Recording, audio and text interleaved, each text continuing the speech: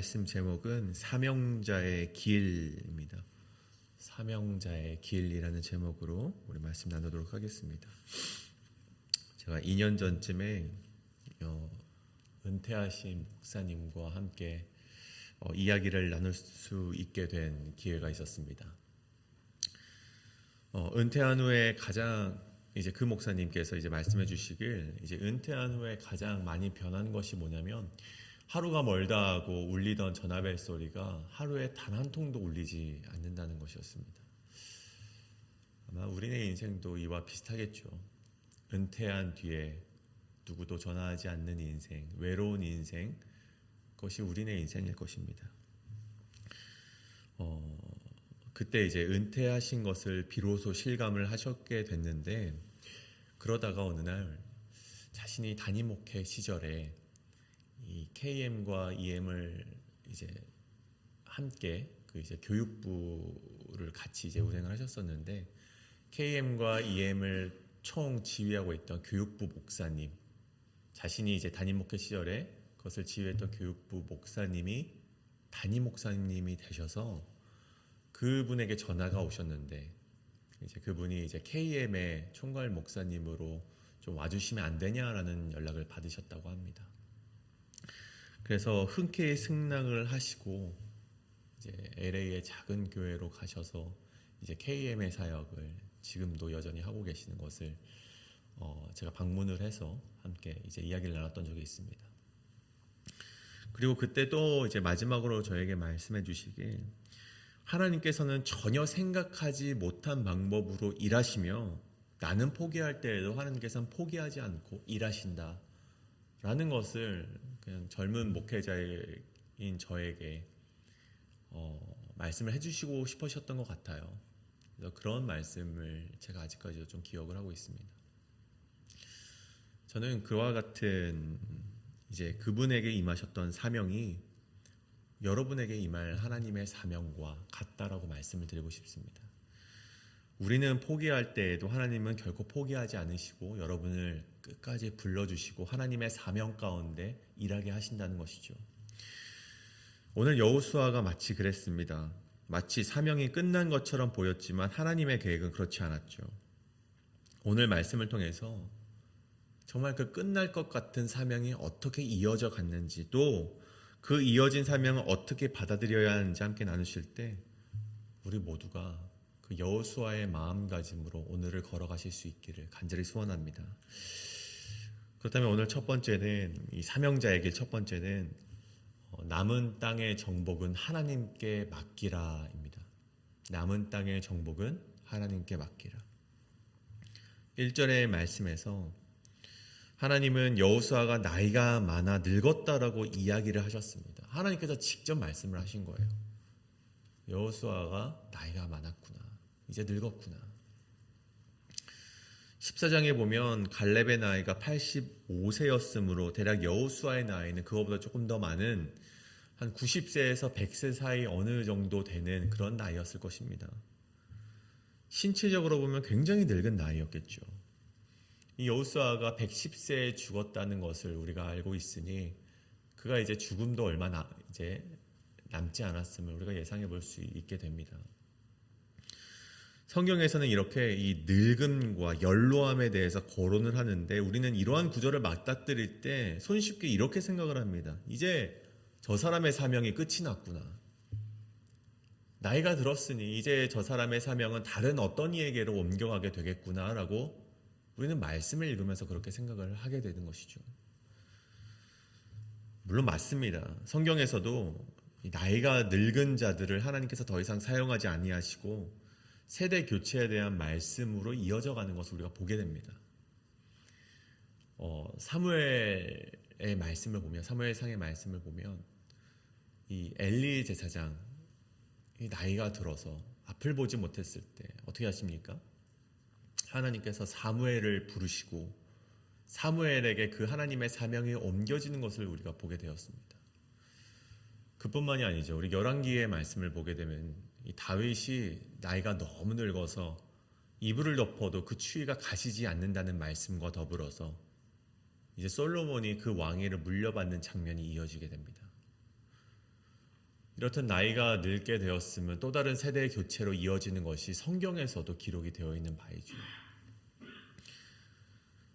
그런데 꼭 이 연로함, 늙음이라는 그런 단어가 쓰였을 때 그 성경의 모든 말씀이 세대 교체로 이어지는 것은 아닙니다.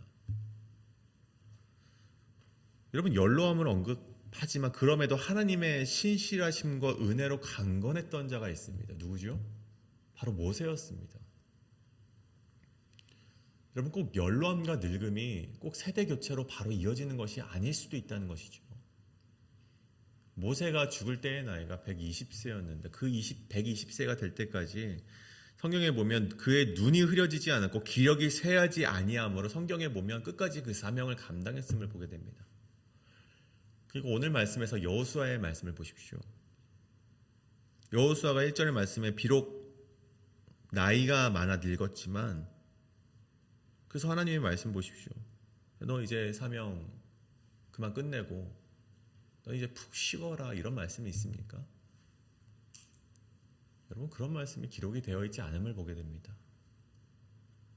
하나님께서 오늘 말씀 보면 비록 여호수아가 나이가 많아 늙었지만 이제 그에게 걸맞는 새로운 사명을 주시는 것을 보게 됩니다. 그의 늙음이 새로운 사명의 전환점이 되었다는 것이죠.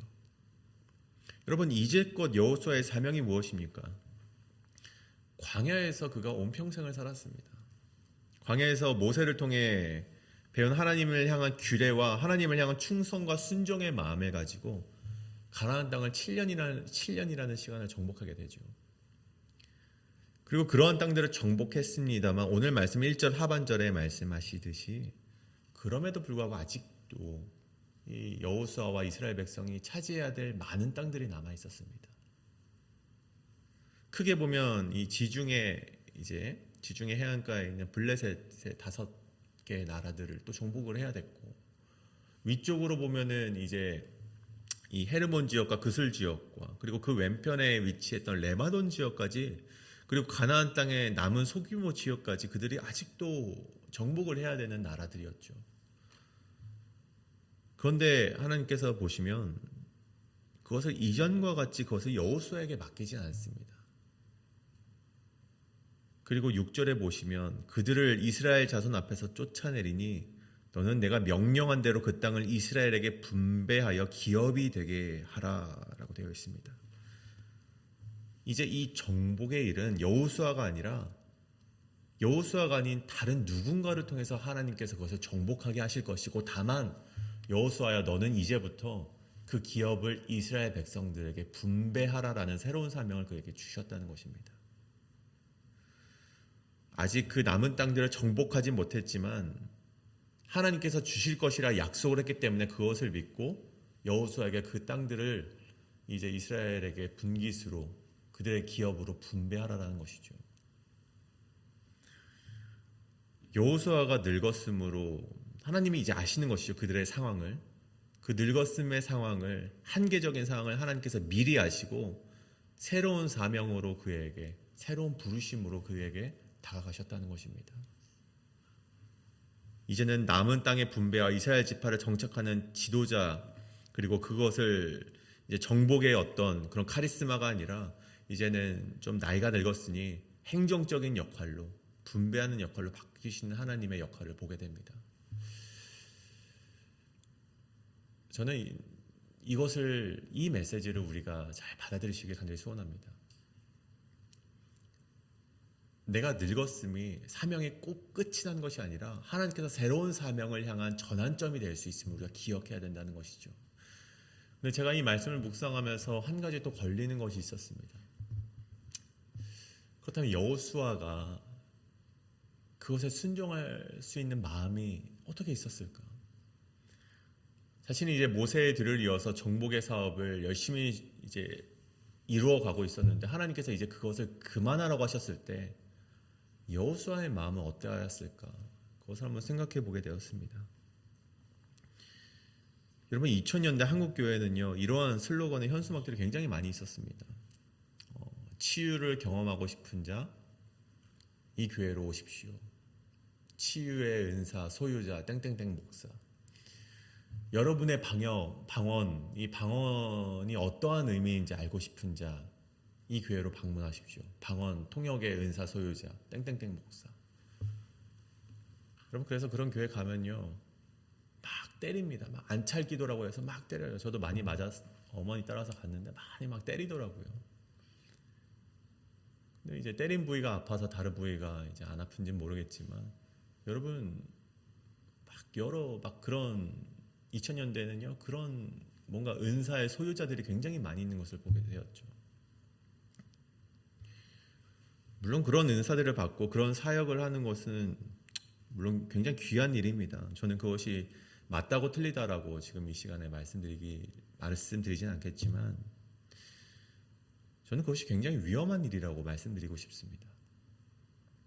하나님께서는 우리에게 은사를 주시되, 이때에는 이러한 사명을 위해서 하나님께서 필요한 은사를 그에게 주신 것이고, 또 시간이 지나 이때에는 우리에게 다른 사명이 필요하기 때문에 또 다른 은사를 우리에게 주시는 것인데, 그리고 그때에 걸맞는 하나님의 은사에 순종하며 하나님의 사명의 길을 걸어나가는 것이 우리 신앙인의 길일 텐데, 마치 한 번 받은 은사가 내 소유물인 양 행동하는 것은 하나님의 사명을 잘못 오해하고 있는 것이고, 그것은 마치 하나님의 은사를 자신의 밥벌이로 여기는 것과 같다는 것입니다. 여러분, 오늘 말씀에 대입해서 여호수아가 만약 하나님께서 너 이제 이 정복 사업 그만해 라고 했을 때, 여호수아가 하나님 아닙니다, 저 더 할 수 있습니다, 늙었지만 하나님이 하시면은 왜 못하겠습니까? 라고 나아갔다면, 또 아직 하나님께서도 말씀하시지 않았습니까? 이 남은 땅이 많이 나오는데 왜 나를 여기서 멈추십니까? 아니, 모세도 120세까지 사용하셨는데 저 고작 이제 90세입니다 라고 말하며, 하나님 저 이거 할 수 있어요 라고 말했다면, 그것이 어찌 하나님의 사명을 위해 움직이는 신앙인이라고 우리가 말할 수 있겠습니까? 저는 오늘을 살아가는 우리에게 이 말씀을 적용해 보길 원합니다. 여러분, 일평생 가장 자신 있어 하고 하나님이 주셨다고 자부할 수 있는 달란트로 봉사를 해왔지만, 혹 오늘날 하나님께서 내가 다른 파트에서 다른 사명으로 일하시길 원하신다면, 우리가 일평생 해왔던 나의 자리를 내려놓고 하나님께서 맡기신 새로운 사명에 순종할 수 있는 것이, 그것이야말로 바로 올바른 신앙인이 아니겠습니까? 내가 내려놓아야 하는 자리에서 또 다른 사명의 전환이 이루어졌을 때 우리가 하나님의 말씀에 순종하며 나아가는 것이 진짜 신앙인의 모습이라는 것입니다. 그것을 오늘 여호수아에게 말하는 것이죠.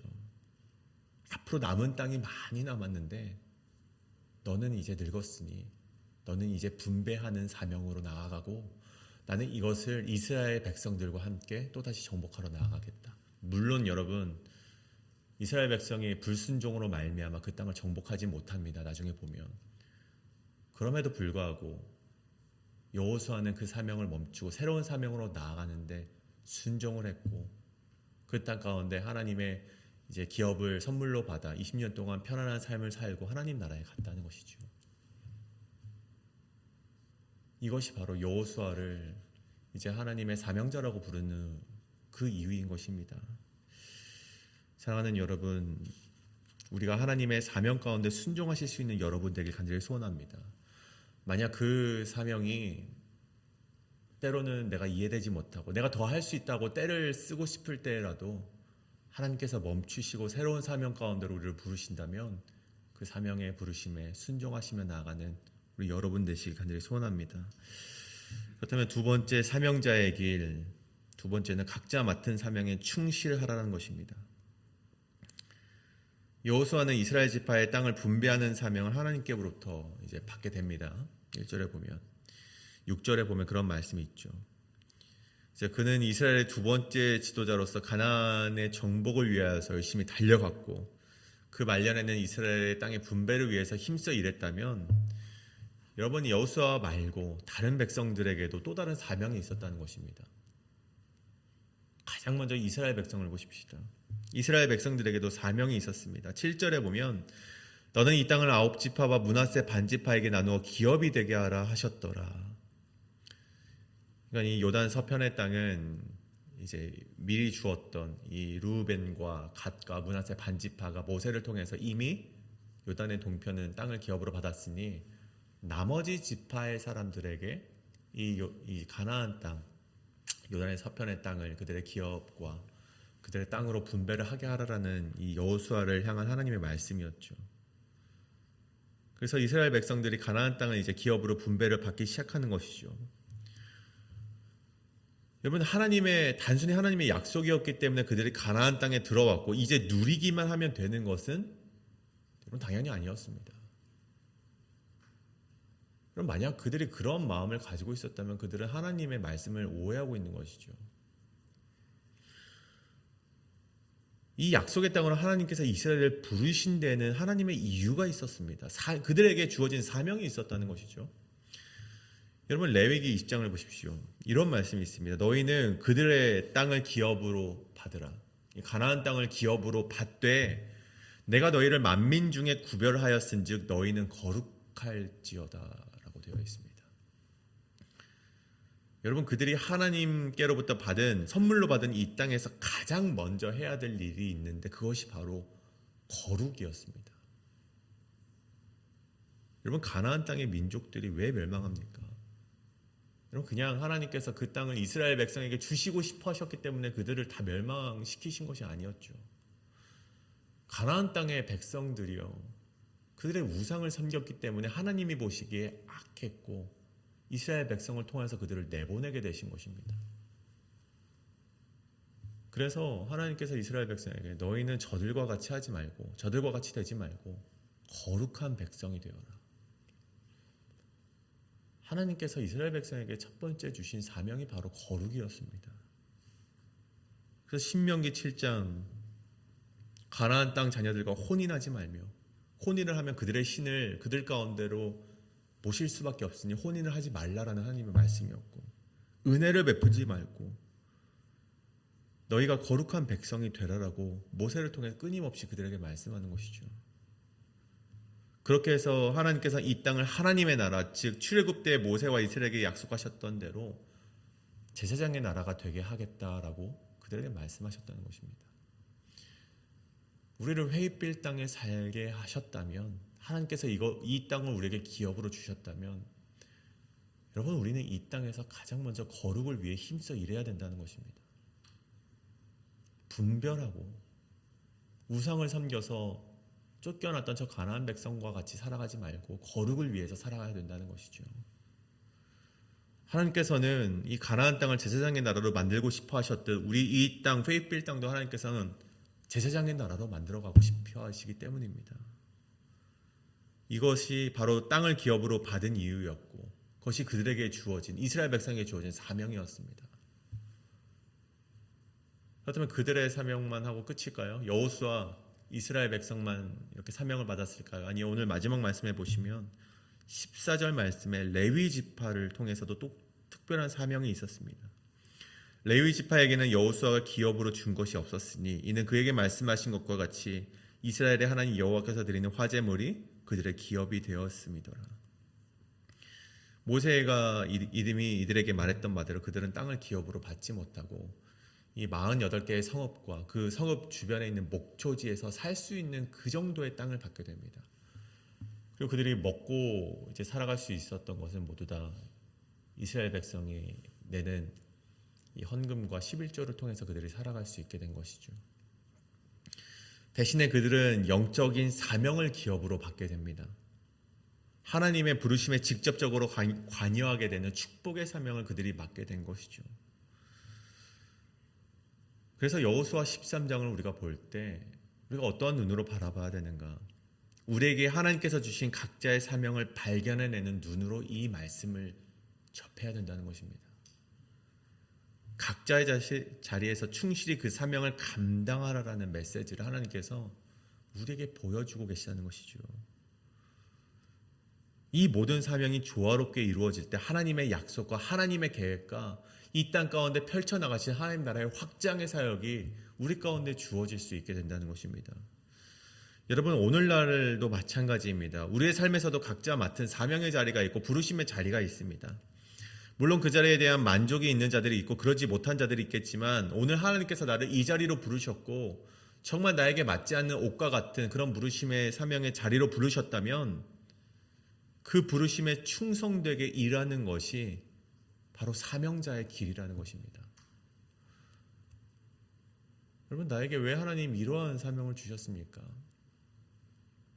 하나님, 왜 이 시대 가운데 이거 굉장히 어려운데 왜 나에게 이러한 사명을 맡기셨습니까? 왜 욕먹는 자리에 나를 세우셨습니까? 여러분, 만약에 레위 족속들이 하나님 나도 땅을 기업으로 받고 싶은데 왜 내가 줄을 잘못 써가지고 이렇게 됐습니까? 라고 했다면 여러분, 우리가 어떻게 하나님 나라를 이뤄갈 수 있겠습니까? 여러분, 이 길은요, 나의 부르심의 자리는 여러분의 만족이 아니라 하나님의 만족과 영광을 위해 걸어가는 길이고 하나님의 나라를 이루어가기 위한 헌신의 길임을 반드시 기억하시길 간절히 소망합니다. 물론 그 길 가운데 우리에게 주어지는 기쁨도 있습니다.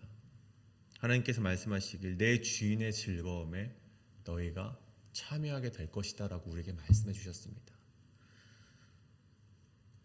우리가 받는 환난과 고난은 경한 것이고 지극히 크고 영원한 영광 중에 중한 것을 하나님께서 우리에게 이루게 하시겠다고 하나님께서 분명히 우리에게 약속하셨습니다. 여러분, 오늘날 우리에게 주어진 사명의 자리가 고되고 힘들지라도 여러분, 그것은 여러분이 하는 것이 아닙니다. 하나님이 여러분을 통해 일하시는 것입니다.